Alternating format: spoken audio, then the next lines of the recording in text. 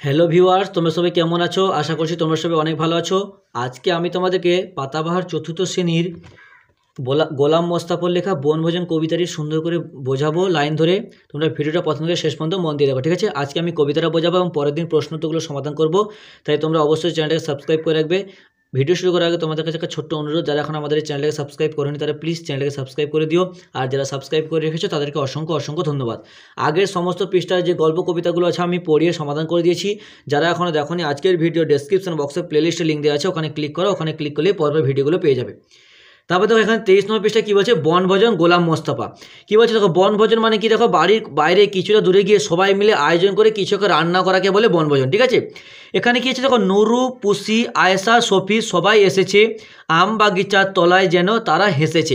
তাহলে দেখো, নুরু, পুসি, আয়েশা, সফি এইগুলো এরা এই কয়েকটা মেয়েগুলো কী করে সবাই এসেছে, কোথায় এসেছে?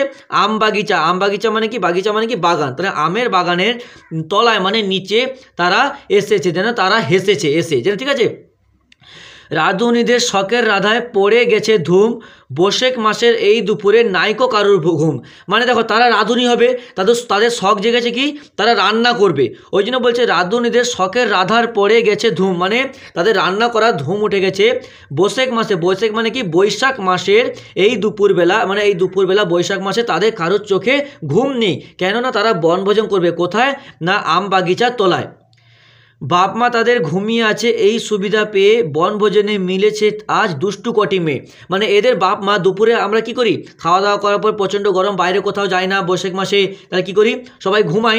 তাহলে এরা কি করেছে দেখো, তাদের বাপ মা যখন ঘুমিয়ে গেছে, তারা না ঘুমিয়ে বনভোজনে মিলেছে। কে? না এই দুষ্টু কটি মেয়ে। কে কে? না নুরু, পুসি, আয়েশা এবং সফি।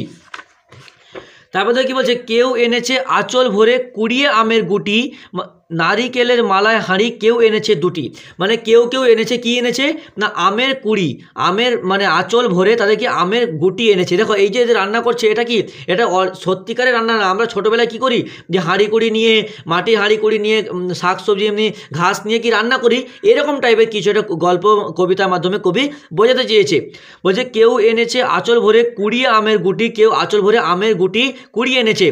নারিকেলের মালার হাঁড়ি কেউ এনেছে দুটি। বলছে নারিকেলের মালার হাঁড়িতে আমরা রান্না করি, তাই তো ছোটোবেলায় যখন খেলা করতাম ওরকম কেউ দুটো এনেছে।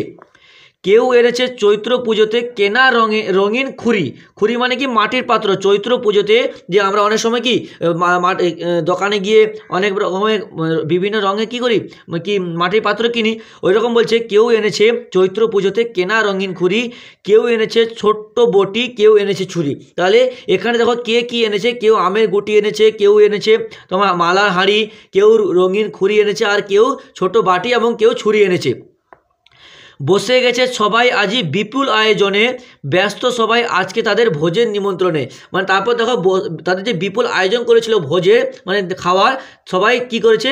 বসে গেছে খাওয়ার জন্য। ব্যস্ত সবাই আজ তাদের ভোজের নিমন্ত্রণে, তারা সবাই আজ ব্যস্ত। কে কে? ওই যে শুরুতে আমরা যে কটা মেয়েটার নাম পড়লাম। কেউ বা বসে হলদি বাটে, কেউ বা রাঁধে ভাত, কেউ বা বলে দুধ তরি ছাই পুড়েও গেল হাত। মানে কেউ হলদি বাটছে, মানে বাটে মানে কি? বেটে করা। আর কেউ বা ভাত রান্না করছে। বিনা আগুন দিয়েই তাদের হচ্ছে সবার রাধা। বিনা আগুন মানে দেখো, আমরা যে ভোজে রান্নাটা করি ছোটোবেলায় যেটা করতাম, এটা তো বিনা আগুনে, এটা তো জাস্ট এমনি মিছিয়ে মিছিয়ে আমরা খেলাধুলা করতাম, তাই না? তাই বলছে কেউ বিনা আগুনে কি করছে? সবাই তাদের কি করছে? বিনা আগুন দিয়েই সবাই হচ্ছে তাদের রাধা, তবু সবার দুই চোখেতে ধোয়া লেগেই কাদা।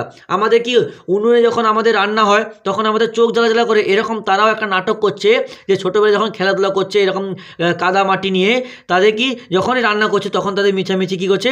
চোখে যেন ধোঁয়া লেগে চোখ দিয়ে জল বেরোচ্ছে।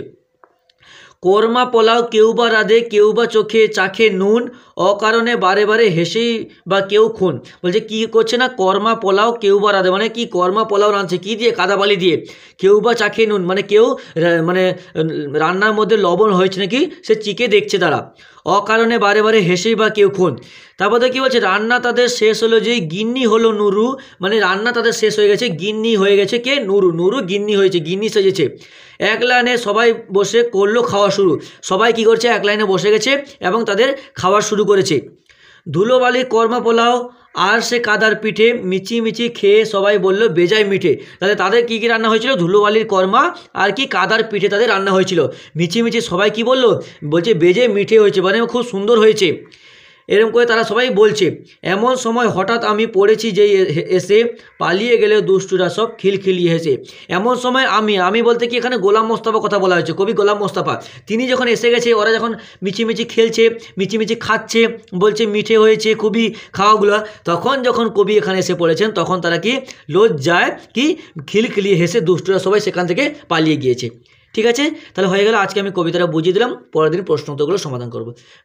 ভিডিওটাতে একটা লাইক করে তোমার অন্যান্য বন্ধুদের মধ্যে শেয়ার করে দিও প্লিজ।